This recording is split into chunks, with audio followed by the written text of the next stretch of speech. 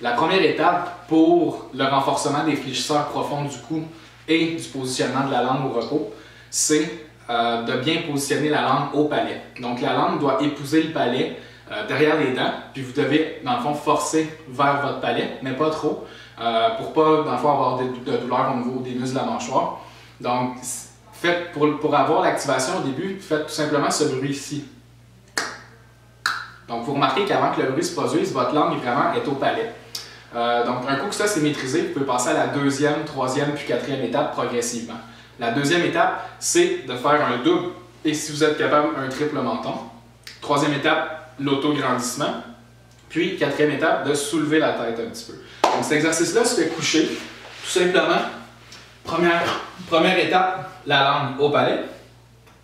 Deuxième étape, le triple menton, si vous êtes capable. Troisième étape, l'autograndissement. Et la dernière étape, on soulève.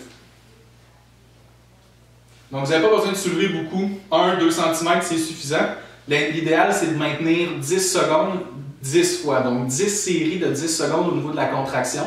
Évidemment qu'on va commencer à compter quand votre tête est soulevée. Donc, respectez les 4 étapes. Donc, la langue au palais doit rester tout le long au palais au niveau de l'exercice. Ensuite, vous devez garder le menton bien rentré, puis l'autograndissement, puis finalement, soulever la tête. Assurez-vous que les muscles ici ne soient pas endoloris.